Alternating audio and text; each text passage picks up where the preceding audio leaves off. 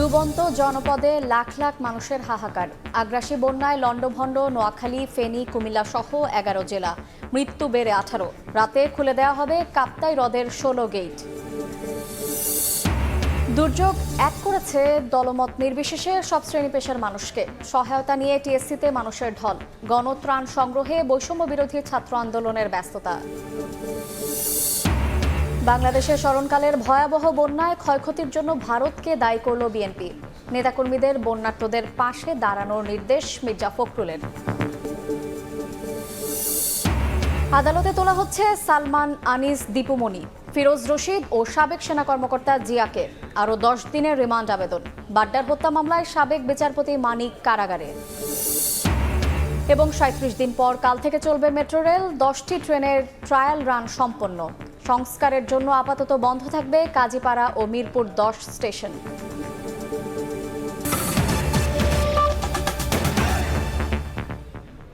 সময় সংবাদের সঙ্গে আছি আমি শায়লা রহমান ইমা। ডুবন্ত জনপদে লাখ লাখ মানুষের হাহাকার। আগ্রাসী বন্যায় লন্ডভন্ড নোয়াখালী, ফেনী, কুমিল্লা, চট্টগ্রাম সহ দক্ষিণ পূর্বাঞ্চলের ১১ জেলা। কিছু জায়গায় পানি কমলেও দুর্বিষহ জীবনযাপন করছেন অগণিত মানুষ। চলছে বেঁচে থাকার লড়াই। এখন পর্যন্ত মারা গেছেন ১৮ জন। এদিকে স্মরণকালের ভয়াবহ বন্যায় কৃষি, মৎস্য ও প্রাণী সম্পদেরও ব্যাপক ক্ষয়ক্ষতি হয়েছে। ফেনী ও নোয়াখালীর বন্যা কবলিত এলাকা ঘুরে বিস্তারিত জানিয়েছেন আতাউর কাউসার।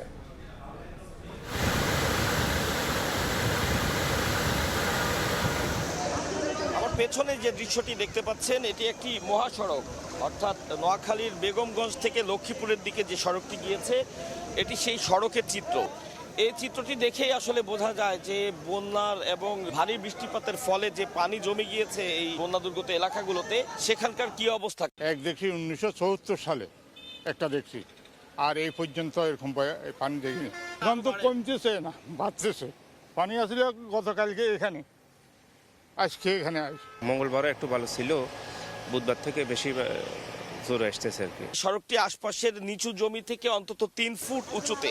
তো সেই ৩ ফুট উঁচু সড়কটিতে যদি পানি জমে থাকে সেক্ষেত্রে নিচের যে জমিগুলো আছে এবং নিচে যে বাসভবন বা অন্যান্য দোকানপাট আছে সেগুলোর অবস্থা সহজেই অনুমেয়। আমরা দেখেছি যে গলা সমান পানি, এটি সেই নোয়াখালীর বেগমগঞ্জের কথা বলছি। হয়তো রোডে এতটুকু আছে, বাড়িতে মানুষের মাথার উপরেও চলে গেছে কোনো জায়গা। আল্লাহ যদি রক্ষা করে মানুষকে রক্ষা করবে, এছাড়া আর কোনো ব্যবস্থা নেই মানুষের। ভারত বাংলাদেশ সীমান্তর কাছাকাছি যে এলাকাগুলো রয়েছে, যেহেতু ত্রিপুরা রাজ্য থেকে যে উজানের ঢল, সে ঢলের কারণেই বেশি পানি জমেছে বন্যা দুর্গত এলাকাগুলোতে। তো সে জায়গাগুলোতে আসলে পানির পরিমাণ আরও অনেক বেশি। অবর্ণনীয় দুর্ভোগে পড়েছেন বন্যা দুর্গত এলাকার যে মানুষ রয়েছেন তারা। আমরা অনেক জায়গায় দেখেছি যে একতলা ভবনের পুরো একতলাই আসলে পানির নিচে, অনেকে ছাদে আশ্রয় নিয়েছেন এবং যে সকল টিনের ঘর রয়েছে সে সকল টিনের ঘরে তো আর ছাদে আশ্রয় নেওয়ার সুযোগ নেই। তারা আশপাশের যে আশ্রয় কেন্দ্রগুলো রয়েছে সে আশ্রয় কেন্দ্রে গিয়েছেন এবং সেই আশ্রয় কেন্দ্রগুলোতে আমরা খোঁজ নিয়েছি। তারা বলেছেন যে বিশুদ্ধ পানি এবং তাদের শুকনো খাবারের প্রচণ্ড সংকট রয়েছে। অর্থাৎ শুধুমাত্র পানিবন্দী জীবন বা পানির কারণে ঘর ছেড়ে চলে আসার যে কষ্ট, সে তার পাশাপাশি কিন্তু যুক্ত হয়েছে বিশুদ্ধ পানি এবং খাবারের যে সমস্যা তা। আমরা দেখেছি যে মানুষের মধ্যে যে ভ্রাতৃত্ববোধ, মানুষের প্রতি যে ভালোবাসা, তার একটি উজ্জ্বল নিদর্শন গত বেশ কদিন ধরে আমরা দেখতে পাচ্ছি। যে যেভাবে পারছে মানুষকে সাহায্য করছে, কেউ পানি দিয়ে, কেউ খাদ্য দিয়ে, কেউ আশ্রয় দিয়ে, প্রত্যেকে সাহায্য করছে, যেটি আসলে এই মুহূর্তে এই বানভাসী মানুষের জন্য সবচেয়ে বেশি প্রয়োজন, সেটি তারা করছেন। এবং একই সাথে দেশের বিভিন্ন অঞ্চল থেকে ত্রাণ নিয়ে আসছে। শুধু বাজারে কিছু লোকে ওখান থেকে টাকা কালেকশন করি, ওইখানে কিছু লোকের দিতেছে, আর টোটাল গ্রামে গঞ্জে কে কোথায় আছে কখনো কেউ নাই। আমি গতকালকের কথা একটু বলতে চাই। আমরা গতকালকে ফেনী মহিপাল এলাকায় ছিলাম। ঢাকা চট্টগ্রাম মহাসড়কের মহিপাল অংশে বারৈয়ারহাট থেকে মহিপাল পর্যন্ত পুরো সড়কটি পানির নিচে তলিয়ে গেছে এবং যার প্রেক্ষিতে চট্টগ্রাম থেকে বারৈয়ারহাটের পরে আর কিন্তু ফেনীর দিকে আসার কোনো সুযোগই নেই। তাও আমরা দেখেছি যে যেভাবে পারছেন হেঁটে তারা বারৈয়ারহাট থেকে অন্তত ২০ কিলোমিটার হেঁটে মহিপালের দিকে আসছেন। অবর্ণনীয় কষ্ট, দুর্ভোগ আমরা দেখেছি গতকাল। এটি হচ্ছে তুলনামূলক কম দুর্ভোগ। যে অংশটির কথা আমি বলছি, এর চেয়ে বেশি দুর্ভোগ পোহাচ্ছে যারা ফেনী 6টি উপজেলা, বিশেষ করে ছাগলনাইয়া এবং ওইদিকের আশপাশের যে সকল মানুষ রয়েছেন, যারা সীমান্তবর্তী কাছাকাছি এলাকার মানুষ, তাদের এখানে পানি অনেক বেশি পরিমাণে উঠেছে। এবং আমাদেরকে যতটুকু জানিয়েছেন অনেকে, যে আসলে অনেকে তাদের আত্মীয় স্বজন বা পরিবার পরিজনের কোনো খোঁজ পাচ্ছেন না। বানভাসী জলের কারণে বিদ্যুৎ বিভ্রাটের সৃষ্টি হয়েছে সেই এলাকাগুলোতে। আজকে 3-4 দিন ধরে বিদ্যুৎ নেই, স্বাভাবিকভাবে মোবাইল টাওয়ারগুলো কাজ করছে না, কেউ আসলে তাদের স্বজনদের খোঁজও নেওয়ার মতন কোনো উপায় নেই। যেদিকেই চোখ যায় শুধু পানি এবং গাছপালা যা দেখা যাচ্ছে, এবং মাঝে মাঝে কিছু ঘরবাড়ি। এমন বেশ কিছু জায়গা রয়েছে যে জায়গাগুলোতে আসলে নৌকা দিয়ে যাওয়া ছাড়া আর কোনো উপায় নেই। এবং এই একটি জিনিসের সংকট আমাদের নজরে এসেছে, যেহেতু এটি আশপাশে খুব নদীবহুল কোনো এলাকা না, এখানে কিন্তু বড় ধরনের কোনো নৌকা আগে থেকে যে এখানে ছিল এমন নয় বিষয়টি। অনেককেই আমরা দেখেছি ঢাকা থেকে ট্রাকে করে নৌকা তারা ভাড়া করে নিয়ে আনছেন এবং সেই নৌকা দিয়েই উদ্ধার কাজ চালাচ্ছেন, ত্রাণ কাজ চালাচ্ছেন। এবং আমরাও চেষ্টা করেছি যে কোনো একটি নৌকায় করে ভেতরে গিয়ে যতটুকু সম্ভব মানুষের দুর্ভোগ তুলে আনা যায়। তো আমরা দেখেছি যে এমন অনেক জায়গা আছে যেখানে নৌকা ছাড়া যাওয়ার কোনো উপায় নেই, যার কারণে সেই জায়গাগুলোতে যে সকল মানুষরা আটকে রয়েছেন অনেককেই সেই নৌকার অপ্রতুলতার কারণে তাদেরকে সেখান থেকে উদ্ধার করে আনা সম্ভব হয়নি। অনেকে বলছেন যে মূল সড়কের কাছাকাছি যারা আশ্রয় কেন্দ্রে আছেন বা যারা মূল সড়কের আশেপাশে কিছু বাসভবনে আটকা পড়েছেন, তারা যত সহজে ত্রাণ পাচ্ছেন, যারা আরও ভেতরে অবস্থান করছেন তারা কিন্তু সেই ত্রাণটি অত সহজে পাচ্ছেন না। ফেনীতে বেশ কিছু হাসপাতাল রয়েছে, হাসপাতাল থেকে বেশ কিছু রুগীকে এবং সদ্যজাত শিশুদেরকে সেখান থেকে উদ্ধার করে আনা হয়েছে সেই নৌকা দিয়ে। এবং আমরা দেখেছি সেনাবাহিনী, ফায়ার সার্ভিস এবং অন্যান্য যে সকল সরকারি সংস্থা বা বাহিনীগুলো রয়েছে তারা অক্লান্ত পরিশ্রম করছে। সেনাবাহিনীর হেলিকপ্টার দিয়ে সেই রিমোট যেই প্লেসগুলো রয়েছে, যেসব জায়গায় আসলে নৌকা ছাড়া যাওয়ার কোনো সুযোগ নেই এবং নৌকার অপ্রতুলতার কারণে সেদিকে যাওয়া যাচ্ছে না, সেনাবাহিনী একটি বাসার ছাদের উপরে সেনাবাহিনীর হেলিকপ্টার থেকে ত্রাণ ফেলছে এবং লাইফ জ্যাকেট তারা ছুঁড়ে মারছেন। এভাবে করে তারা তাদেরকে যতটুকু সম্ভব সাপোর্ট দেওয়ার চেষ্টা করছেন। গ্রামাঞ্চলে যে রিমোট এরিয়াগুলো রয়েছে, যেখানে দুর্গতরা রয়েছেন, যাদের কাছে আসলে পৌঁছানো যাচ্ছে না, তো যত বেশি সংখ্যক নৌকা যদি তারা আনেন সেক্ষেত্রে তারা কিন্তু তাদের কাছ পর্যন্ত পৌঁছাতে পারবেন। এই ছিল নোয়াখালীর এলাকার সর্বশেষ উপজেলা থেকে বন্যার সর্বশেষ তথ্য আমার কাছে। ফেনী সদর, পরশুরাম এবং সোনাগাজীতে এখনও হু হু করে বাড়ছে পানি। কোমর পানিতে দিন রাত কাটছে বানভাসীদের। তবে ফুলগাজী ও দাগনভূয়াতে পানি কমতে শুরু করলেও দুর্ভোগ কমেনি দুর্গতদের। বিস্তারিত জানাচ্ছেন রিপোর্টার আতিয়ার সজল। স্মরণকালের ভয়াবহ বন্যা ফেনীর জুড়ে শুরু হয়েছে। ফেনীর ফুলগাজী, পরশুরাম, ছাগলনাইয়া এবং বিভিন্ন জায়গায় শত শত মানুষের বিভিন্ন আহাজারি।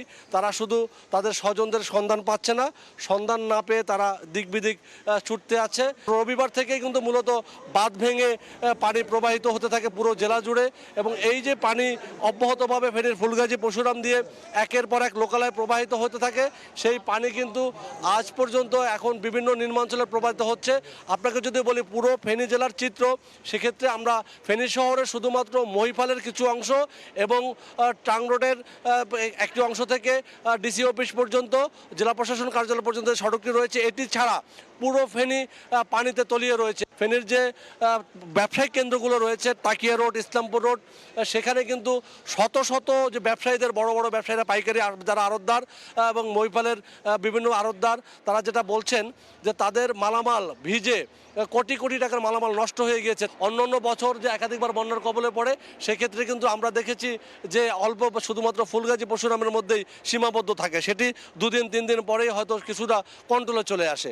কিন্তু এবার দেখেছি সেটা পুরোটাই একটি ব্যতিক্রম চিত্র দেখাচ্ছে। দেখতে পাচ্ছেন মানুষের বাসাবাড়ির মধ্যে অনেকের যারা নিচতলার বিল্ডিংয়ে রয়েছে, তাদের জানলার উপরে বা অর্ধেকের বেশি পানি হয়ে তাদের বাড়িঘরের চরম দুর্ভোগ তৈরি হয়েছে। সমন্বয় না করার কারণে এক জায়গায় অনেক ত্রাণ যাচ্ছে, অনেক উদ্ধারকর্মী যাচ্ছে, আবার কোনো জায়গায় কেউ পৌঁছাচ্ছেই না। এ কারণে স্থানীয় যেটা বলছেন যে এখন যত দ্রুত সম্ভব জেনারেটর দিয়ে মোবাইল নেটওয়ার্কটা চালু করা এবং বিদ্যুৎ সংযোগটা যতদূর সম্ভব এলাকাভিত্তিক চালু করা, সেই সাথে জেলা পর্যায় থেকে একটি কন্ট্রোল রুম খুলে যে যারা যেখান থেকে ত্রাণ দিতে আসছেন তারা যেন এগুলো ত্রাণ ঠিকমতো সঠিকভাবে সমভাবে বন্টন হয় সেটা ব্যবস্থা নেওয়া। সেই সাথে কিন্তু গতকাল থেকেই বাংলাদেশ সেনাবাহিনী কিন্তু হেলিকপ্টার উদ্ধার অভিযান চালাচ্ছে এবং যদিও আবহাওয়াটা কিছুটা ভালো থাকার উদ্ধার অভিযানে কিছুটা জোর পাচ্ছে, আমাদের কোস্টগার্ডও কিন্তু এখানে উদ্ধার অভিযান চালাচ্ছে।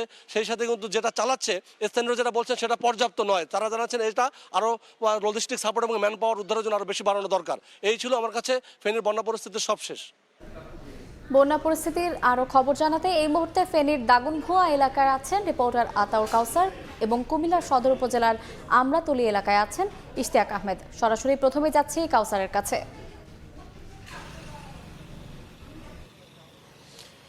বন্যার প্রথম দিন থেকেই বন্যা দুর্গত যারা রয়েছেন তাদের পাশে বিভিন্ন সরকারের বিভিন্ন বাহিনী এবং বিভিন্ন স্বেচ্ছাসেবী সংগঠন বেসরকারিভাবে তারা তাদের পাশে দাঁড়িয়েছেন এবং তাদের ত্রাণ দিয়েছেন, উদ্ধার কাজ চালিয়েছেন। এই মুহূর্তে ঠিক তেমনই একটি ত্রাণ বিতরণ ও উদ্ধার কাজ চলছে দাগনভূঞার সিলোনিয়া ব্রিজ এলাকায়। এখানে সেনাবাহিনীর 41 মিডিয়াম রেজিমেন্ট আর্টিলারি তারা আছেন এবং তারা আমরা দেখছি যে তারা ত্রাণ বিতরণের জন্য প্রস্তুত রয়েছেন। কিছু সময় পর পরে তাদের একটি বোট আসে, সেই বোটে তারা ত্রাণ তুলে দেন এবং সেনাবাহিনীর সদস্যরা সেই দুর্গত এলাকাগুলোতে ঘুরে ঘুরে তাদের ত্রাণ সরবরাহ করেন এবং একই সাথে তারা জানিয়েছেন যদি কোনো দুর্গম এলাকায় এমন কোনো ব্যক্তি বা পরিবারকে তারা দেখেন যে তারা সেখানে আটকা পড়েছেন তাহলে তাদেরকে সেখান থেকে তারা রেস্কিউ করেন।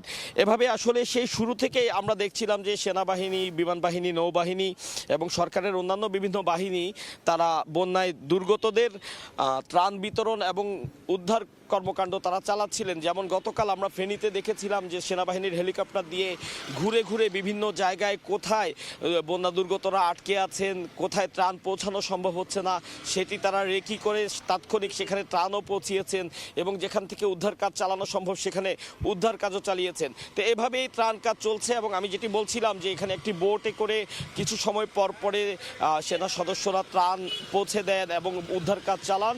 সেই বোটটি কিছু সময় আগে এখান থেকে গিয়েছে, আবার আসলে আমরা চেষ্টা করব তাদের সাথে গিয়ে সেই ত্রাণ বিতরণ কার্যক্রম এবং উদ্ধার কার্যক্রম যেটি তারা করছেন সেটি তাদের সাথে থেকে দর্শকদের দেখানোর। এবং একই সাথে বলতে চাই যে আমি এই মুহূর্তে সিলোনিয়া ব্রিজ এলাকার পূর্ব পাশে আছি, পশ্চিম পাশেও প্রচুর পানিবন্দী মানুষ রয়েছেন এবং সেখানেও স্বেচ্ছাসেবী কিছু সংগঠন তারা ত্রাণ বিতরণ করছেন। যেমন আমরা দেখেছি যে সিরাজগঞ্জের উল্লাপাড়া থেকে ছাত্রছাত্রীদের বহন করা একটি ত্রাণের গাড়ি এখানে আছে, তারা এখানে ত্রাণ দিচ্ছেন এবং তারা বলছেন যে যে এলাকায় রিমোট এলাকায় যারা আসলে বাসাবাড়ি ছেড়ে আসার মতো কোনো অবস্থায় নেই তাদেরকে তারা ত্রাণের প্যাকেট পৌঁছে দিচ্ছেন এবং যারা আশপাশে এখানে বিভিন্ন আশ্রয় কেন্দ্রে উপস্থিত হয়েছেন তাদের জন্য প্রতিদিন 3 বেলা তারা এখানে খাবার রান্না করছেন এবং প্রতিদিন 3 বেলা প্রচুর সংখ্যক মানুষ যারা ক্ষুধার্ত, যারা আসলে এখানে আশ্রয় নিয়েছেন তাদেরকে খাওয়ানোর ব্যবস্থা করছেন। তো এভাবেই আসলে বন্যা দুর্গতদের পাশে দাঁড়িয়েছে সরকারের বিভিন্ন বাহিনী এবং স্বেচ্ছাসেবী সংগঠন, যে কর্মকাণ্ডগুলো এখন চলছে। তো আমাদের অন্যান্য সহকর্মীরাও বিভিন্ন জায়গায় বন্যার পরিস্থিতি সংবাদ সংগ্রহ করছেন। আমাদের ওই যে সহকর্মী আছেন কুমিল্লা ইশতিয়াক আহমেদ, আমরা সরাসরি চলে যেতে চাই তার কাছে, সেখান থেকে বন্যার সর্বশেষ তথ্য আমরা জেনে নিব।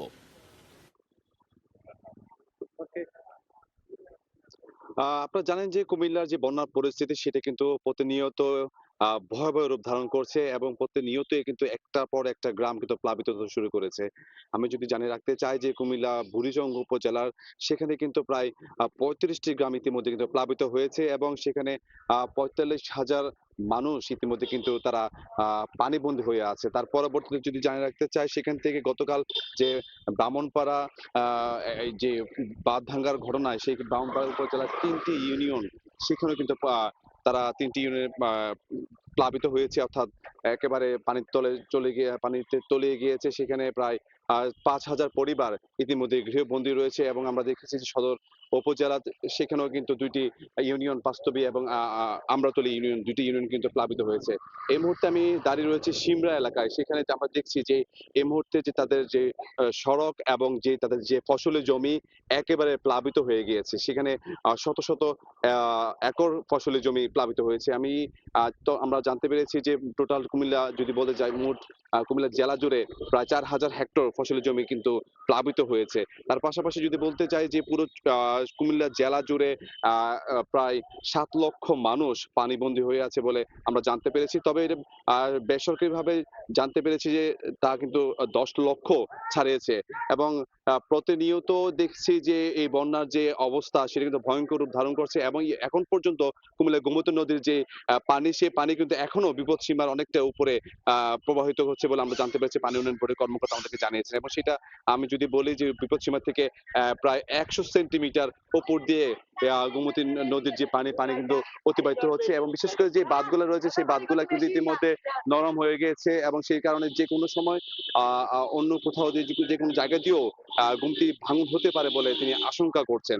আমি যদি জানিয়ে রাখতে চাই যে কুমিল্লা যে প্রায় বুড়িচং এবং বাউনপাড়া যে দুটি উপজেলা, সেখানে প্রায় 20 থেকে 25,000 মানুষকে ইতিমধ্যে আশ্রয় কেন্দ্রে নেওয়া হয়েছে এবং বিশেষ করে যারা স্বেচ্ছাসেবক সংগঠন রয়েছে তারা কিন্তু বিশেষ করে ছাত্র, স্কুল, কলেজ এবং বিশ্ববিদ্যালয়ের যারা শিক্ষার্থীরা রয়েছে তারা কিন্তু ত্রাণ নিয়ে যারা পানিবন্দী রয়েছে তাদেরকে উদ্ধার, শুকনো খাবার, বিশুদ্ধ পানি এবং খাবার স্যালাইন দেওয়ার জন্য তারা যাচ্ছে এবং সরবরাহ করছে। তবে বুড়িচংয়ে কিছু কিছু দুর্গম এলাকা রয়েছে যেখানে এখনো অনেক পরিবার গৃহবন্দী অবস্থায় রয়েছে, অর্থাৎ 1,70,000 পরিবার কিন্তু এখন পর্যন্ত গৃহবন্দী রয়েছে এবং তারা বলছে যে পর্যাপ্ত পরিমাণ নৌকা না থাকার কারণে ওইসব পরিবারগুলোর কাছে তারা পৌঁছতে পারছে না এবং তারা তাদেরকে যে খাবার, শুকনো খাবার বা পানি বা বিশুদ্ধ পানি যেটা বলি, তারা কিন্তু সরবরাহ করতে পারছেন। সেই ক্ষেত্রে উপজেলা প্রশাসন কিন্তু চেষ্টা করছে তাদের কাছে পৌঁছাতে এবং যাতে করে তাদেরকে ওইভাবে খাবার যে বিষয়টি সেটা কিন্তু তাদেরকে নিশ্চিত করতে পারে।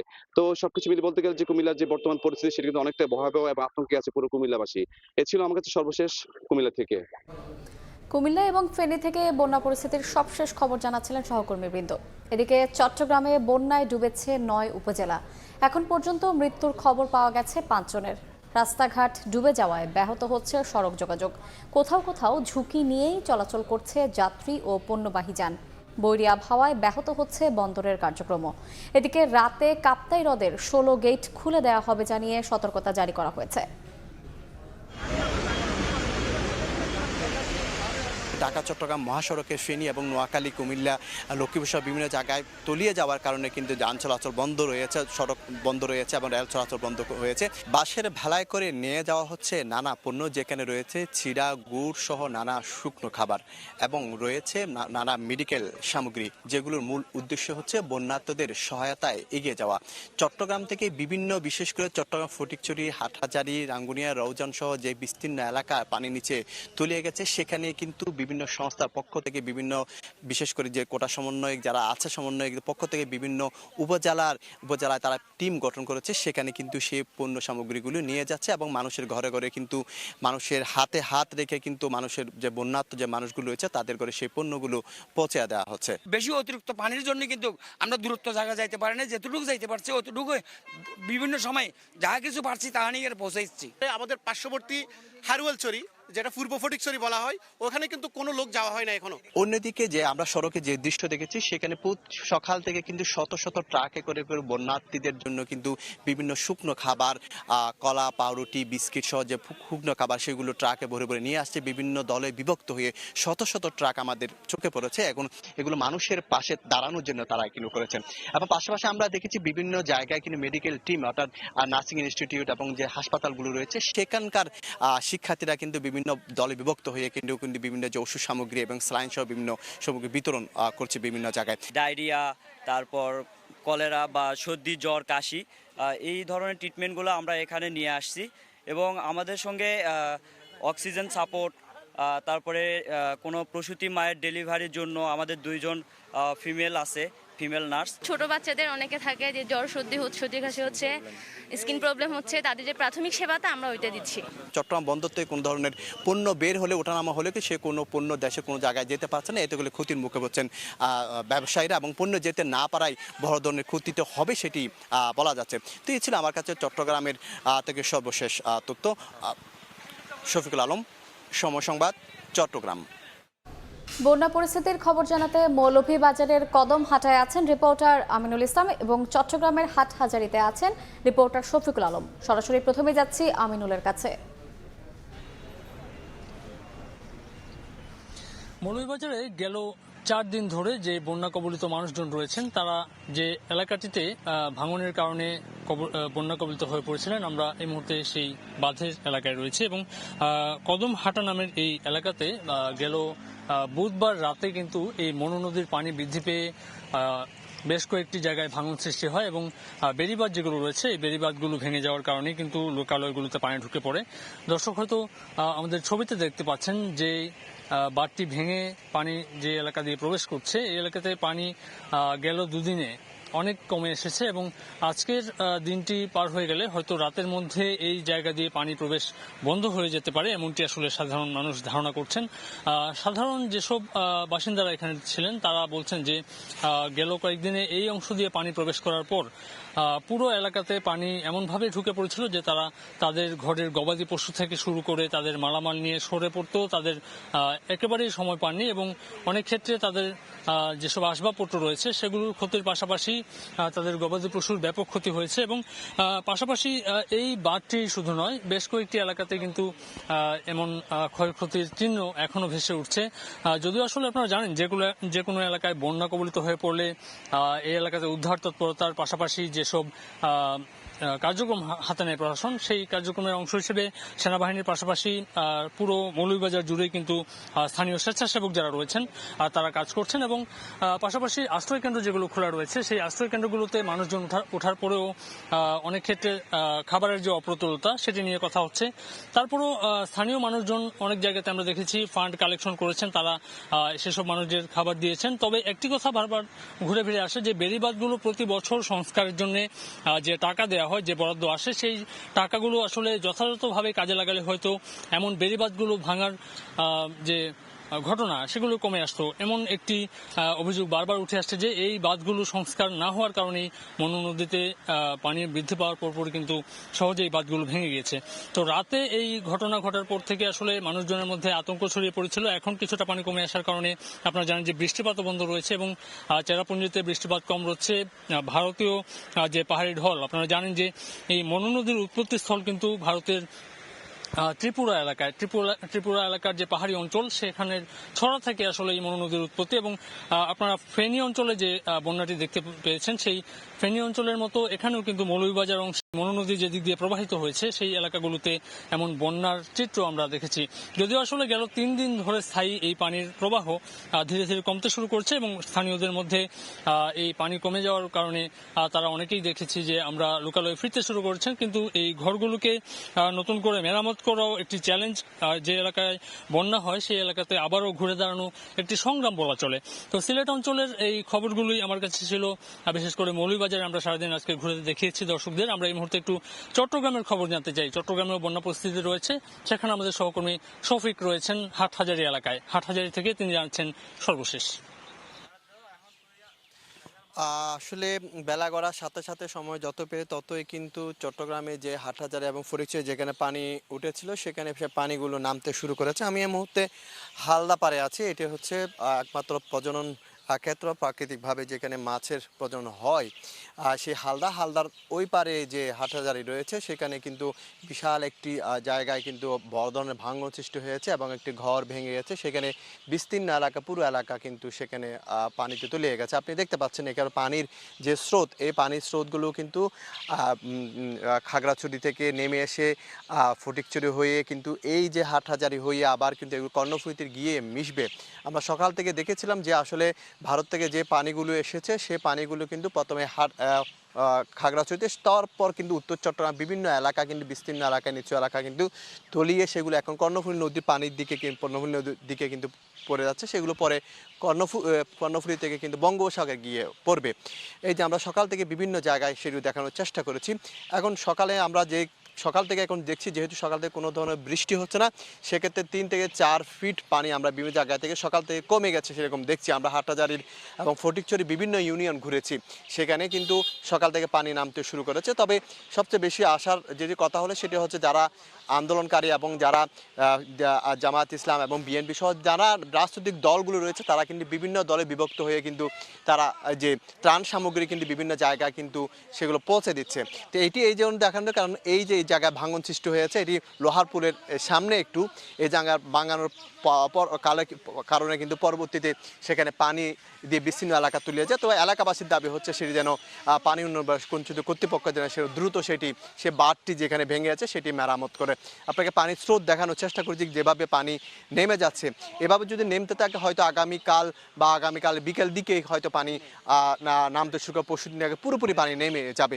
তবে চট্টগ্রামে যে 9টি ইউনিয়নে যেখানে বেশি ক্ষতিগ্রস্ত হয়েছে সবচেয়ে বেশি ক্ষতিগ্রস্ত হয়েছে ফটিকছড়িতে এবং ফটিকছড়ি ভূতপুর সুন্দরপুর সহ বিভিন্ন এলাকা কিন্তু এখনো কিন্তু পানির নিচে কিন্তু তলিয়ে আছে। তবে সেখানে কিন্তু হাজার হাজার মানুষ শত শত মানুষ কিন্তু ট্রাক কাবান বাইনে করে কিন্তু সেখানে ত্রাণ সামগ্রী পৌঁছে দিচ্ছে। তো এই ছিল আমার কাছে চট্টগ্রামে যে উত্তর চট্টগ্রামে যে বন্যা হয়েছে সেই বন্যার সর্বশেষ তথ্য। চট্টগ্রাম এবং মৌলভীবাজার থেকে বন্যা পরিস্থিতির সবশেষ খবর শুনছিলাম। দুর্যোগ এক করেছে দলমত নির্বিশেষে সব শ্রেণী পেশার মানুষকে। বন্যার্ত মানুষকে সহায়তা করার জন্য ঢাকা বিশ্ববিদ্যালয়ের টিএসসিতে বৈষম্য বিরোধী ছাত্র আন্দোলনের গণত্রাণ সংগ্রহ কার্যক্রমে বিভিন্ন শ্রেণী পেশার মানুষের ঢল নেমেছে। শিক্ষার্থীদের এই উদ্যোগে অংশীদার হতে নগদ অর্থ ত্রাণ সামগ্রী পৌঁছে দিতে আসেন অনেকেই। বিস্তারিত জানাচ্ছেন রায়দুল ইসলাম শুভ। যতদূর চোখ যায় চারিদিকে লোকে লোকারণ্য। কোনো জনসভা, প্রতিবাদ সমাবেশ কিংবা সাংস্কৃতিক অনুষ্ঠানে যোগ দিতে নয়, তারা এসেছেন বন্যা দুর্গতদের সাহায্যের জন্য। কিছুক্ষণ পরপরই ব্যক্তিগত গাড়ি আর ট্রাক এসে দাঁড়ালেই সঙ্গে সঙ্গে ত্রাণ সামগ্রী নামানোর কাজে লেগে পড়ছেন শিক্ষার্থীরা। শুধু গাড়ি নয়, কেউ পায়ে হেঁটে, কেউ রিক্সা করে যে যার সামর্থ্য অনুযায়ী সহায়তা দিতে ছুটে এসেছেন ঢাকা বিশ্ববিদ্যালয়ের টিএসসিতে। কাপড়, শুকনো খাবার, ওষুধ, কেউ বা এনেছেন নগদ অর্থ নিয়ে। ভয়াবহ বন্যায় ক্ষতিগ্রস্তদের পাশে দাঁড়ানোর আহ্বান সর্বসাধারণের। শিশুদের জন্য অনেক শুকনো খাবার এবং আরো শুকনো খাবার এবং বস্ত্র এনেছি। যখন শুনলাম যে এখানেই ত্রাণটা দিচ্ছে, আমার যদি সুযোগ থাকে এখানে দেওয়ার, আমি সেজন্য এখানে নিয়ে আসছি। একটা মানুষ কাঁদতেছে, একটা বাচ্চা কাঁদতেছে, আমি যে ওর জন্য 2% না 0.5%ও করতে পারতেছি, এই জিনিসটা আমার লাইফটাকে আরো সেন্স মেক করতে সাহায্য করতেছে। বাংলাদেশের যত হেলিকপ্টার মালিক আছেন আপনারা দয়া করে হেলিকপ্টারগুলো ফ্রি করে দেন। সারা বছর ব্যবসা করে মানুষের পাশে এবার দ্বারা। এদিকে বৈষম্য বিরোধী ছাত্র আন্দোলনের শিক্ষার্থীরা শুক্রবার রাত পর্যন্ত প্রায় 1,42,00,000 টাকা অনুদান সংগ্রহ করেছেন। শিক্ষার্থীরা বলছেন পর্যাপ্ত পোশাক আছে, এখন প্রয়োজন ওষুধ, রিচার্জেবল লাইট, পাওয়ার ব্যাংক, মোমবাতি। আমাদের মূলত এখন 4টা জিনিসের সব থেকে বেশি প্রয়োজন। একটা হচ্ছে স্যালাইন, দ্বিতীয় হচ্ছে স্যানিটারি প্যাড, তৃতীয় হচ্ছে ফিটকারি পানি বিশুদ্ধকরণের ট্যাবলেট। সেই সব জায়গায় ইলেকট্রিসিটি সহ বিভিন্ন ধরনের নেটওয়ার্কও পাওয়া যাচ্ছে না। এই কারণে আমাদের পর্যাপ্ত পরিমাণ লাইফ জ্যাকেট প্রয়োজন এবং পর্যাপ্ত পরিমাণ রিচার্জেবল টর্চ প্রয়োজন। সহায়তা পৌঁছে দিতে বন্যা কবলিত এলাকায় যাচ্ছে ত্রাণবাহী ট্রাক। বন্যায় বানভাসী মানুষের আর্তনাদ যেন মানুষকে ঘরে থাকতে দেয়নি। ছুটে এসেছেন এই টিএসসি প্রাঙ্গণে।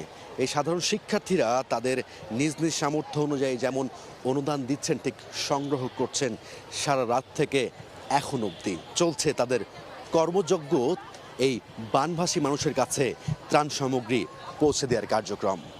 রায়দুল ইসলাম শুভ, সময় সংবাদ, ঢাকা। এই মুহূর্তে ঢাকা বিশ্ববিদ্যালয়ের টিএসসিতে আছেন রিপোর্টার মনির হোসাইন। সরাসরি যাচ্ছে তার কাছে।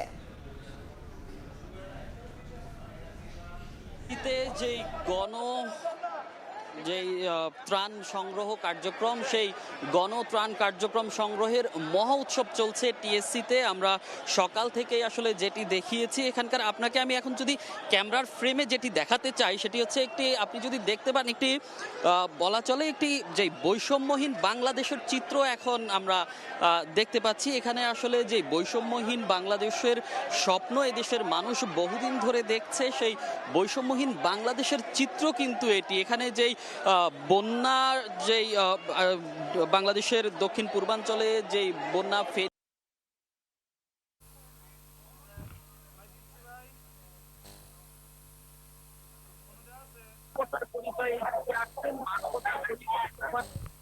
এবং সব বয়সী মানুষ কিংবা বর্ণের পরিচয় আসছে না, এখানে সব মানুষ মানবতার পরিচয় দিতে আসছেন, মানবতার পরিচয় সবার সাথে এবং সব বয়সী মানুষ, এখানে যে শিশু থেকে শুরু করে সব বয়সী, এবং আমরা যদি বলি দিন মজুর থেকে শুরু করে একদম খেটে খাওয়া মানুষ থেকে উচ্চবিত্ত মানুষ সবাই কিন্তু এই যে গণত্রাণ কর্মসূচি এখানে অংশ নিচ্ছেন। যে যার সামর্থ্য অনুযায়ী সে তার সেই অনুদানটুকু আসলে এখানকার যে বৈষম্য বিরোধী ছাত্র আন্দোলনের যে কর্মসূচি আছে সেই কর্মসূচিতে আসলে তারা অংশগ্রহণ করছেন স্বতঃস্ফূর্তভাবে। যেমন আমরা এখানকার যে ভলান্টিয়াররা আছে তাদের সাথে কথা বলেছি এবং আমাদেরকে তারা যেটি জানিয়েছে যে এখন পর্যন্ত নগদ অর্থ আসছে, খাদ্য সামগ্রী আসছে, শুকনো খাবার আসছে, জামা কাপড় আসছে, কিন্তু এখন আসলে যে জিনিসটির প্রয়োজন দেখা দিয়েছে সেটি হচ্ছে শিশু খাদ্য। শিশু খাদ্যের পরিমাণ কম আসছে, এজন্য আসলে এখানকার যারা সমন্বয়ক আছে কিংবা দায়িত্বশীল যারা আছে তারা আমাদেরকে যেটি জানিয়েছে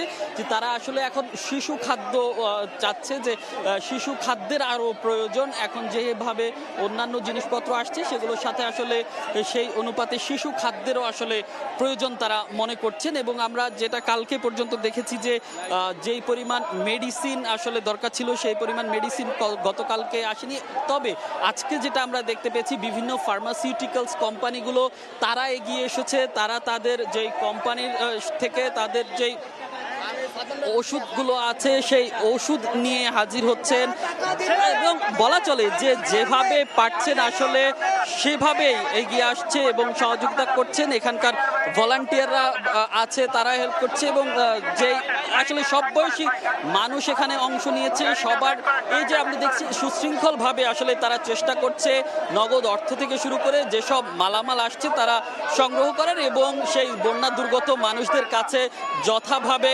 যথাসম্ভব পৌঁছে দেওয়ার। তো টিএসসির যে গণত্রাণ কার্যক্রম কর্মসূচি চলছে সেই টিএসসি থেকে এই ছিল আমার কাছে সবশেষ। আমরা সরাসরি যুক্ত ছিলাম ঢাকা বিশ্ববিদ্যালয়ের টিএসসি প্রাঙ্গণে। আগামী 24 ঘন্টায় উন্নতি হতে পারে বন্যা পরিস্থিতির সম্ভাবনা নেই দেশের উত্তর পূর্বাঞ্চলে ভারী বৃষ্টিপাতেরও। সকালে সচিবালয়ে এক ব্রিফিংয়ে এ তথ্য জানিয়েছেন দুর্যোগ ব্যবস্থাপনা ও ত্রাণ মন্ত্রণালয়ের অতিরিক্ত সচিব KM আলী রেজা।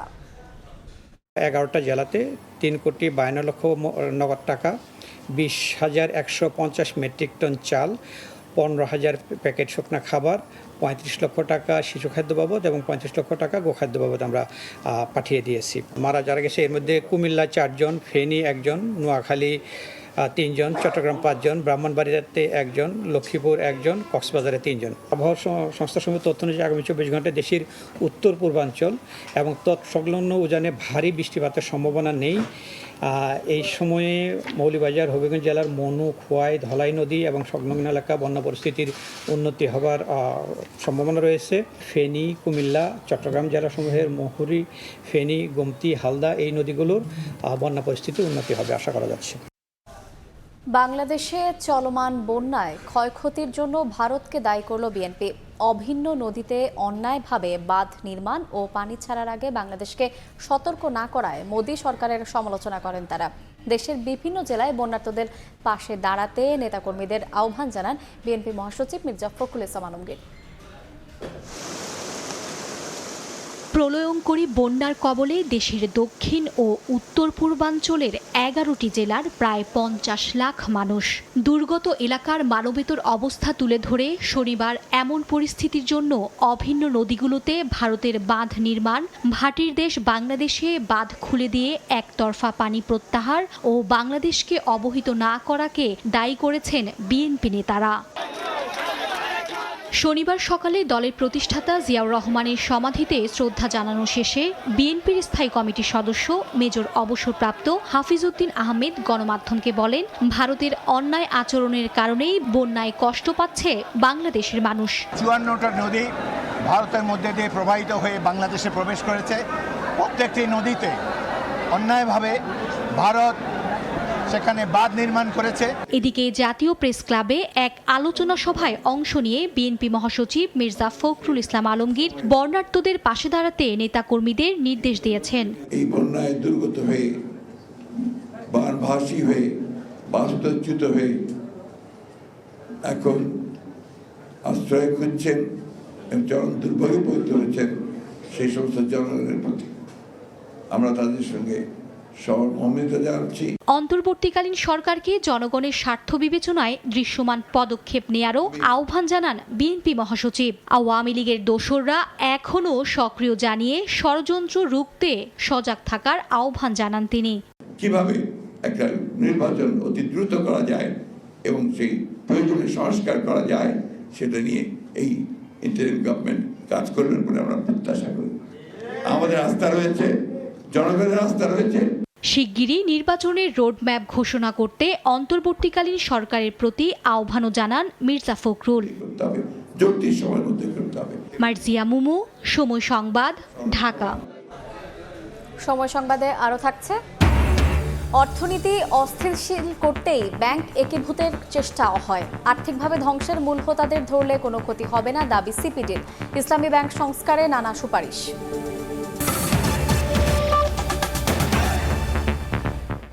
আদালতে তোলা হচ্ছে সাবেক আইনমন্ত্রী আনিসুল হক, সমাজ কল্যাণ মন্ত্রী দীপু মনি, সাবেক উপদেষ্টা সালমান এফ রহমান, সাবেক সেনা কর্মকর্তা জিয়াউল আহসান এবং জাতীয় সংসদের সাবেক চিফ হুইপ আসম ফিরোজকে।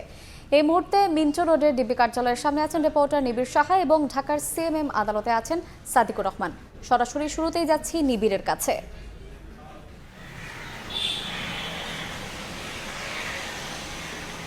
আসলে আর কিছুক্ষণ পরেই কিন্তু পুলিশ জানিয়েছে যে আর কিছুক্ষণ পরেই কিন্তু এই যে ডিবি কার্যালয়ের ভেতর থেকে যে চারজনকে, অর্থাৎ সাবেক প্রধানমন্ত্রী শেখ হাসিনার বেসরকারি শিল্প বিনিয়োগ বিষয়ক উপদেষ্টা সালমান এফ রহমান এবং সাবেক আইনমন্ত্রী আনিসুল হক, সাবেক সমাজ কল্যাণ মন্ত্রী ডাক্তার দীপু মনি এবং জাতীয় সংসদের সাবেক হুইপ আসম ফিরোজ, তাদের কিন্তু আসলে এই ডিবি কার্যালয় থেকে বের করা হবে এবং তাদেরকে নিয়ে যাওয়া হবে সিএমএম কোর্টে। এবং সেখানে কিন্তু এই যে তিনজন, অর্থাৎ সালমান এফ রহমান, দীপু মনি এবং আনিসুল হক, তিনজনের কিন্তু রিমান্ড কার্যক্রম ইতোমধ্যে শেষ হয়েছে। এবং আমরা এখন পর্যন্ত যতটুকু তথ্য পেয়েছি যে পুলিশের পক্ষ থেকে এই যে তিনজনের জন্য আরও 10 দিন করে রিমান্ড চাওয়া হবে এবং রিমান্ড শুনানির জন্যই মূলত তাদেরকে আবারও আজকে সিএমএম কোর্টে তোলা হচ্ছে। এবং পাশাপাশি আমরা দেখেছি যে আসলে গতকাল কিন্তু এই যে রাজধানীর ভাটারা থানার একটি হত্যা মামলায় গ্রেফতার করা হয়েছে জাতীয় সংসদের সাবেক হুইপ আসম ফিরোজকে। তাকে মূলত আজকে আদালতে তোলা হচ্ছে রিমান্ড আবেদনের জন্য। এবং পুলিশের পক্ষ থেকে আমাদেরকে জানানো হয়েছে যে আসলে আর তার মোট 10 দিনের রিমান্ড আবেদন করা হবে এবং এই চারজনকে মূলত ডিবি অফিস থেকে একই বহরে নিয়ে যাওয়া হবে সিএমএম কোর্টে। এবং সেজন্য কিন্তু যে নিরাপত্তা বেষ্টনী এবং যে তাদের নিয়ে যাওয়ার জন্য যে প্রিজন ভ্যান, সেটিও কিন্তু ডিবি কার্যালয়ের ভিতরে রাখা হয়েছে। এবং আর কিছুক্ষণের মধ্যেই কিন্তু পুলিশ আমাকে যেমনটি জানিয়েছেন যে আসলে আর এই গাড়ি বহরটি বের হবে এবং সিএমএম কোর্টের দিকে যাত্রা শুরু করবে। তো সবকিছু মিলে যদি বলা যায় যে আর কিছুক্ষণের মধ্যে কিন্তু সেই গাড়ি বহরটি বের হবে। এই ছিল আমার কাছে থাকা ডিবি কার্যালয়ের সামনে থেকে সবশেষ খবর। এখন আমরা যাব সিএমএম কোর্টে, সেখানে আছেন আমাদের সহকর্মী সাদিকুল ইসলাম। হ্যাঁ, কিছুক্ষণের মধ্যে কিন্তু আমরা যতটুকু জানতে পেরেছি যে ঢাকার সিএমএম কোর্টে সাবেক যে সরকার ছিল, আওয়ামী লীগ সরকারের গুরুত্বপূর্ণ কয়েকটা মন্ত্রণালয়ের দায়িত্বে থাকা কয়েকজন মন্ত্রী এবং সাবেক প্রধানমন্ত্রী শেখ হাসিনার উপদেষ্টা সালমান এফ রহমান সহ সাবেক একজন মেজর জেনারেল যিনি জিয়াউল আহসান, তাকেও আজকে আদালতে তোলা হবে। এবং একটু জানিয়ে রাখি যে এইখানে কিন্তু দেখা যায় যে কয়েকজন আছে, যেমন আনিসুল হক সাবেক আইনমন্ত্রী এবং যে সালমান এফ রহমান সাবেক প্রধানমন্ত্রী শেখ হাসিনার বেসরকারি খাত বিষয়ক উপদেষ্টা, তাদের কিন্তু 10 দিনের রিমান্ড শেষ হয়েছে এবং রিমান্ডে জিজ্ঞাসাবাদের পর কিন্তু গুরুত্বপূর্ণ তথ্য উঠে এসেছে। এই জন্য কিন্তু তাদেরকে আবারও 10 দিনের রিমান্ড চাওয়া হবে। আমরা যতটুকু জানতে পেরেছি যে ইতিমধ্যে কিন্তু যে রিমান্ড চেয়ে যে আবেদনটা ফরওয়ার্ডিং, সেটা কিন্তু আদালতে এসেছে। এবং এছাড়াও সাবেক যে মন্ত্রী ছিলেন দীপু মনি, তাকেও একটি হত্যা মামলায় কিন্তু আজকে 10 দিনের রিমান্ড চাওয়া হবে নতুন করে। এছাড়া যে সাবেক চিফ হুইপ ছিলেন আসম ফিরোজ, তাকেও কিন্তু একটি হত্যা মামলায় 10 দিনের রিমান্ড চেয়ে কিন্তু আজকে আদালতে পাঠানো হবে এবং পরবর্তীতে শুনানি হবে। আমরা যতটুকু জানতে পেরেছি যে আসলে তাদেরকে ডিবি হেফাজতে রাখা হয়েছে এবং কিছুক্ষণ পরে আনা হবে। আমরা সেই জন্য দেখেছি যে আসলে আদালত প্রাঙ্গণে কিন্তু দেখা যায় গণমাধ্যম কর্মীদের কিন্তু ব্যাপক উপস্থিতি লক্ষ্য করা গেছে। আমরা জানিয়ে রাখি যে যে মামলাগুলিতে তাদেরকে যে রিমান্ডে নেওয়া হয়েছিল জিজ্ঞাসাবাদের জন্য সেগুলি কিন্তু প্রত্যেকটি কিন্তু হত্যা মামলা এবং এই হত্যা মামলাগুলি হয়েছে রাজধানীর বিভিন্ন থানায় এবং যেই হত্যা মামলায় অভিযোগে যেটা বলা হয়েছিল যে এই যে গত যে কিছুদিন আগে বৈষম্য বিরোধী ছাত্র আন্দোলনের যে আন্দোলন হয়েছিল সারা বাংলাদেশব্যাপী সরকার পতনের দাবিতে যেই কোটা সংস্কারের দাবিতে আন্দোলন ছিল সেটা পরবর্তীতে এক দফা দাবিতে পরিণত হয়েছে। সেই দাবিতে যে আন্দোলন চলমান আন্দোলনকে দমন করার লক্ষ্যে কিন্তু শিক্ষার্থীদের হত্যার যেই হত্যা করা হয়েছিল তাদেরকে এই হত্যার নির্দেশদাতা এবং ইন্ধনদাতা হিসাবে কিন্তু তাদেরকে আসামি করা হয়েছে এবং সেই বিষয়ে জিজ্ঞাসাবাদে কিন্তু গুরুত্বপূর্ণ তথ্য উঠে এসেছে পুলিশের কাছে এবং এই বিষয়গুলি নিয়ে আরও বেশি ক্লিয়ার হওয়ার জন্য আরও বেশি তথ্য জানার জন্য কিন্তু এটার সাথে আসলে কারা কারা জড়িত ছিল এই বিষয়গুলির জন্য কিন্তু আজকে আবারও রিমান্ডের আবেদন করা হবে। আমরা এই সিএমএম কোর্টে অপেক্ষমান আছি। আমরা কিছুক্ষণ পরে যখন গারদে আনা হবে এবং সেখান থেকে নিরাপত্তার সাথে কিন্তু আদালত কক্ষে নেওয়া হবে। আমরা সেই অপেক্ষায় আছি। আসামি আসলে পরবর্তীতে আমরা বিস্তারিত জানাতে পারবো। এই ছিল এখান থেকে সবশেষ। আমরা সরাসরি যুক্ত ছিলাম ঢাকার সিএমএম কোর্টে এবং তার আগে ছিলাম মিন্টো রোডের ডিবি কার্যালয়ে। ভারতে পালানোর সময় আটক সুপ্রিম কোর্টের সাবেক বিচারপতি শামসুদ্দিন চৌধুরী মানিককে কারাগারে পাঠানো হয়েছে। বিকেলে সিলেটের জুডিশিয়াল ম্যাজিস্ট্রেট আদালত এই আদেশ দেন। রাজধানীর বাড্ডা থানার হত্যা মামলায় গ্রেফতার মানিককে কঠোর নিরাপত্তার মধ্য দিয়ে আদালতে তোলা হয়। স্থানীয় আওয়ামী লীগ নেতাদের সহযোগিতায় শুক্রবার বিকেলে কানাইঘাটে পৌঁছান মানিক। রাতে দনা সীমান্ত দিয়ে অবৈধভাবে ভারতে পালানোর চেষ্টা করেন তিনি। বিষয়টি টের পেয়ে সেখানে অভিযান চালিয়ে আটক করে ক্যাম্পে নেন বিজেপি সদস্যরা। 2015 সালে অবসর নিলেও বিভিন্ন অনুষ্ঠান এবং টেলিভিশন টকশোতে কথা বলতেন শামসুদ্দিন চৌধুরী মানিক। সবশেষ কোটা সংস্কার আন্দোলন নিয়ে একটি বেসরকারি টেলিভিশন চ্যানেলের টকশোতে সঞ্চালকের উপরে ক্ষিপ্ত হয়ে আপত্তিকর কথা বলে বিতর্কের মুখে পড়েন তিনি। হাইকোর্টের যে কয়েকদিন আগে একটা উপস্থাপন করছো বিচারপতি মানিক বাড়ি মুন্সিগঞ্জ। আপনার পিতার নাম? পিতার নাম মরহুম আব্দুল হাকিম চৌধুরী। আব্দুল হাকিম চৌধুরী, গুড। ছাত্র আন্দোলনে জনগণের বিপরীতে দাঁড়িয়েছিল পুলিশ। সামনে সাধারণ সদস্যদের রাখলেও পেছন থেকে নির্দেশনা দেন বাহিনীর তৎকালীন উচ্চপদস্থরা। এতেই জনগণের আস্থা হারিয়েছেন পুলিশ সদস্যরা। দায়িত্ব নেয়ার পর আজ সংবাদ সম্মেলনে একথা বলেন ডিএমপির নতুন কমিশনার। জানালেন, নতুন বাংলাদেশে আস্থা হারানো কোনো পুলিশ কর্মকর্তা ডিএমপিতে থাকবে না। বৈধ কিংবা অবৈধ অস্ত্র দিয়ে যারা আন্দোলন দমানোর চেষ্টা করেছেন তাদেরকেও খুঁজে বের করা হবে। ছাত্র জনতার উপর মুহুর্মুহু গুলি। জুলাইয়ের গণ অভ্যুত্থানের সময় ক্ষমতাসীন আওয়ামী লীগ সহ দলটির বিভিন্ন অঙ্গ সংগঠনের নেতারা আন্দোলন দমানোর নামে শুরু করে নৈরাজ্য। চলে ছাত্র জনতার বুককে বুলেটের আঘাতে ঝাঁঝরা করে দেওয়ার মিশন। সে সময় কারো হাতে ছিল লাইসেন্স করা বৈধ অস্ত্র, কারো হাতে আবার অবৈধ।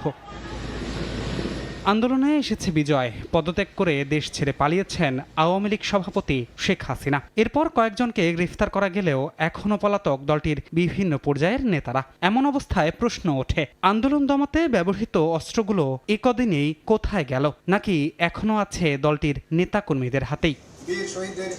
শনিবার দায়িত্ব গ্রহণের পর প্রথম আনুষ্ঠানিক সংবাদ সম্মেলনে ডিএমপি কমিশনার জানান, বৈধ বা অবৈধ অস্ত্র দিয়ে যারা আন্দোলন দমানোর চেষ্টা করেছে তাদের খুঁজে বের করা হবে। পাশাপাশি ভিআইপিদের রিমান্ডে নিয়ে আন্দোলনে তাদের সংশ্লিষ্টতা জানার চেষ্টা চলছে বলেও জানান তিনি।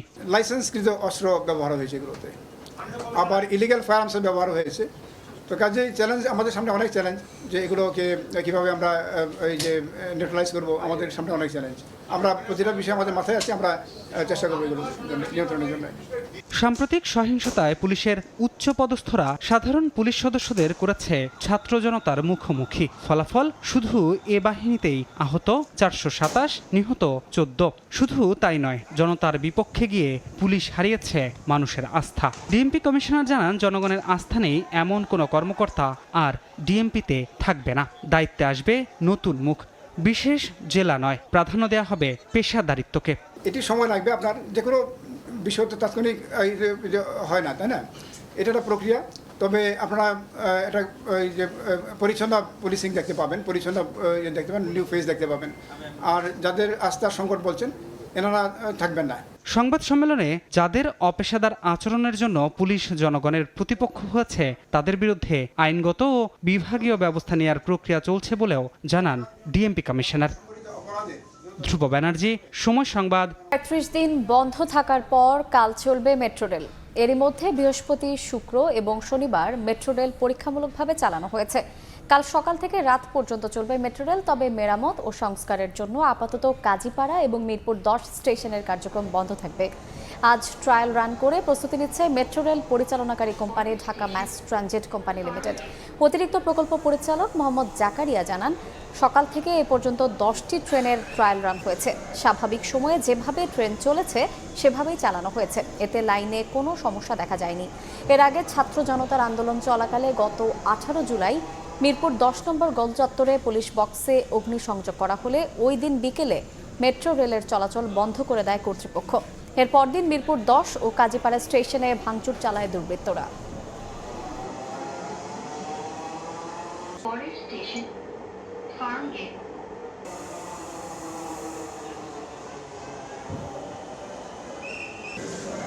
থেকে বিদ্যুৎ, গ্যাস সহ সব জ্বালানির মূল্য নির্ধারণ করবে বাংলাদেশ এনার্জি রেগুলেটরি কমিশন। মানিকগঞ্জের একটি পাওয়ার প্ল্যান্ট পরিদর্শন শেষে একথা জানিয়েছেন বিদ্যুৎ, জ্বালানি ও খনিজ সম্পদ বিষয়ক উপদেষ্টা মোহাম্মদ ফাইজুল কবির খান। আগের আইনে সরকারের হাতে জ্বালানির মূল্য নির্ধারণের ক্ষমতা বাতিল করা হয়েছে বলেও জানান তিনি। 2010 সালের আইনের ভবিষ্যৎ প্রয়োগ এটা বন্ধ করে দিয়েছে। যে সামনে প্রতিযোগিতা ছাড়া আর কোনো প্রকল্প, জ্বালানি এবং বিদ্যুৎ খাতে আর কোনো প্রকল্প গ্রহণ করা হবে না। সরকারের যে ক্ষমতা ছিল বাংলাদেশ এনার্জি রেগুলেটরি কমিশন অ্যাক্টে জ্বালানি এবং বিদ্যুতের মূল্য নির্ধারণের ক্ষমতা, সেটাকে আমরা বাতিল করে দিয়েছি। সেটা ওই যে the act has been amended এবং ওইটা ডিলিট করে দেওয়া হয়েছে। সুতরাং এখন আবার ক্ষমতাটা বাংলাদেশ এনার্জি রেগুলেটরি কমিশনের কাছে চলে গেছে। ব্যাংক সহ দেশের আর্থিক খাত ধ্বংসের মূল হোতাদের ধরলে অর্থনীতি ও কর্মসংস্থানের কোনো ক্ষতি হবে না, এমনটাই মনে করেন গবেষণা সংস্থা সিপিডির সম্মানীয় ফেলো অধ্যাপক মোস্তাফিজুর রহমান। তার মতে, আগের সরকারের আমলে ব্যাংক একীভূত করার সিদ্ধান্ত ছিল আর্থিক খাতে অস্থিতিশীলতা তৈরির অপচেষ্টা মাত্র। দুপুরে ডিবেট ফর ডেমোক্রেসি আয়োজিত বিতর্ক প্রতিযোগিতায় একথা বলেন তিনি। হাসিনা সরকার পতনের পর বৈষম্যহীন বাংলাদেশ গড়তে কাজ চলছে নোবেলজয়ী অর্থনীতিবিদ ডক্টর মোহাম্মদ ইউনূসের নেতৃত্বে। অন্তর্বর্তী সরকার দায়িত্ব নেওয়ার পর থেকে একের পর এক ধরা হচ্ছে ভঙ্গুর অর্থনীতির কুশীলবদের। সংস্কার প্রক্রিয়ার মাঝেই এই ধরপাকড়ি আর্থিক খাতে নতুন করে সংকট তৈরি করবে কিনা দেখা দিয়েছে সেই শঙ্কা। অমুক এত বিরাট একজন ব্যবসায়ী, ওনার এত জন কাজ করছে, শ্রমিক, কর্মচারী, অফিসার আছেন, ওনাদেরকে যদি হাত দেওয়া হয় তাহলে তো অর্থনীতি তো ধ্বংস হয়ে যাবে। না, আমার মনে হয় যে আমাদের এখানে সংস্কার যেভাবে করা হচ্ছে, ব্যক্তিকে হাত দেওয়া হচ্ছে, প্রতিষ্ঠানকে হাত দেওয়া হচ্ছে না। প্রতিষ্ঠান যাতে কাজ করতে পারে সেটা কিন্তু নিশ্চিত করার চেষ্টা করা হচ্ছে। সুতরাং এখানে যারা নাকি এই ধরনের উদ্বেগ প্রকাশ করছেন, আমি মনে করি যে এটা অমূলক উদ্বেগ। শনিবার চলচ্চিত্র উন্নয়ন কর্পোরেশন এফডিসিতে আয়োজিত বিতর্ক প্রতিযোগিতায় অতিথির বক্তব্যে ঘুরে ফিরে এলো আগের সরকারের আমলে ব্যাংক একীভূত করার প্রসঙ্গ। অর্থনীতিবিদদের যুক্তি, এমন পদক্ষেপ ছিল অর্থনৈতিক ভারসাম্যহীনতা তৈরির অপচেষ্টা মাত্র। রুগ্ন ব্যাংকগুলির ক্ষেত্রে আমরা দেখেছিলাম কিছুদিন আগে যে এদেরকে মার্জ করা, আরোপিত মার্জ করা ইত্যাদি বিভিন্ন ধরনের পদক্ষেপ নেয়ার একটা চেষ্টা, বলবো না আমি, অপচেষ্টা নেওয়া হয়েছিল। মার্জার একুইজিশনে যদি কোনো ধরনের আমাদের আইনি পরিবর্তন দরকার হয় সেগুলোও আমাদের করতে হবে। এটা নিশ্চিত করার চেষ্টা করা হচ্ছে যে আমানতকারীদের যাতে কোনো ধরনের সমস্যা না হয়। ডিবেট ফর ডেমোক্রেসি আয়োজিত এই বিতর্ক অনুষ্ঠানে উঠে আসে মেগা প্রকল্প বাস্তবায়ন আর জ্বালানি খাতের উন্নয়নের নামে যেন বন্ধ হয় অর্থলোপাটের মহোৎসব। রাজনীতি হলো অর্থনীতির ঘনীভূত প্রকাশ। কামরুল হাসান সবুজ, সময় সংবাদ, ঢাকা। দেখছেন সময় সংবাদ। দেশের বাইরের খবর। আসন্ন মার্কিন নির্বাচনে স্বতন্ত্র প্রার্থী হচ্ছেন না ডেমোক্র্যাট দলের রবার্ট এফ কেনেডি জুনিয়র। নির্বাচন থেকে সরে দাঁড়ানোর পাশাপাশি বিরোধী রিপাবলিকান দলের প্রার্থী ডোনাল্ড ট্রাম্পের প্রতি সমর্থনের কথা জানিয়েছেন তিনি। এতে ট্রাম্পের পাল্লা কিছুটা ভারী হলো বলে মনে করছেন কেউ কেউ, যদিও জরিপে বলা হচ্ছে ট্রাম্পের চেয়ে জনপ্রিয়তায় এগিয়ে রয়েছেন কামালা হ্যারিস। কামালা হ্যারিসকে প্রার্থী করায় ডেমোক্রেট শিবির যখন জন্ম নেয় তখনই মার্কিন ভোটের রাজনীতিতে নতুন মোড় যোগ করেন রবার্ট এফ কেনেডি জুনিয়র। দীর্ঘদিন ডেমোক্রেট শিবিরে কাটালেও ঘোষণা দেন স্বতন্ত্র প্রার্থী হওয়ার। মার্কিন নির্বাচন ঘিরে নাটকীয়তার এখানেই শেষ নয়। শুক্রবার কেনেডি জুনিয়রের নতুন ঘোষণা ভোটের হিসাব নিকাশ অনেকটাই বদলে দেওয়ার মতো। নিজের প্রার্থিতা প্রত্যাহার করে জুনিয়র কেনেডি সমর্থন দিয়েছেন কামালার প্রতিদ্বন্দ্বী ডোনাল্ড ট্রাম্পকে।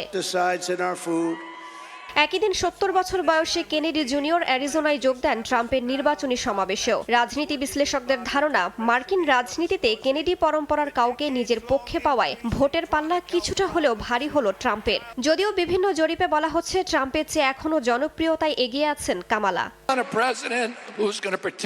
নির্বাচনের বাকি আর 10 সপ্তাহ। এর আগেই জুনিয়র কেনেডির রিপাবলিকান শিবিরকে সমর্থনের সিদ্ধান্ত অভূতপূর্ব ও বুদ্ধিদীপ্ত বলে উল্লেখ করেছেন Trump. I've known him for so long. For the past 16 months, Robert F. Kennedy Jr. His candidacy has inspired millions and millions of Americans, raised critical issues that have been too long ignored in this country. Trump স্বাগত জানালেও বেজায় চটেছেন Kennedy জুনিয়রের বোন Kerry Kennedy. ট্রাম্পকে সমর্থন দেওয়ার সিদ্ধান্ত যুক্তরাষ্ট্রের সাবেক প্রেসিডেন্ট জন এফ কেনেডি ও তার পারিবারিক আদর্শের প্রতি বিশ্বাসঘাতকতা বলেও মন্তব্য করেছেন কেরি। রাইসা জান্নাত, সময় সংবাদ। সময় সংবাদের শীর্ষ সংবাদগুলো জানিয়ে দিচ্ছে আরেকবার।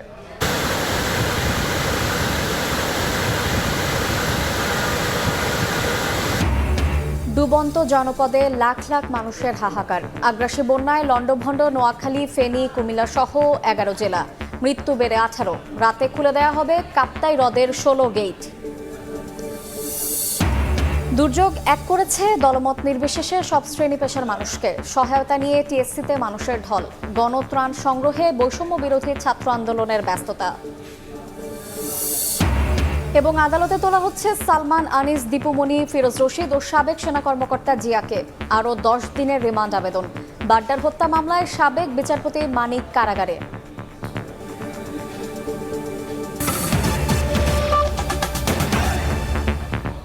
এ ছিল সময় সংবাদে। এরপর থাকছে বাংলা সময়। সঙ্গেই থাকুন সময়।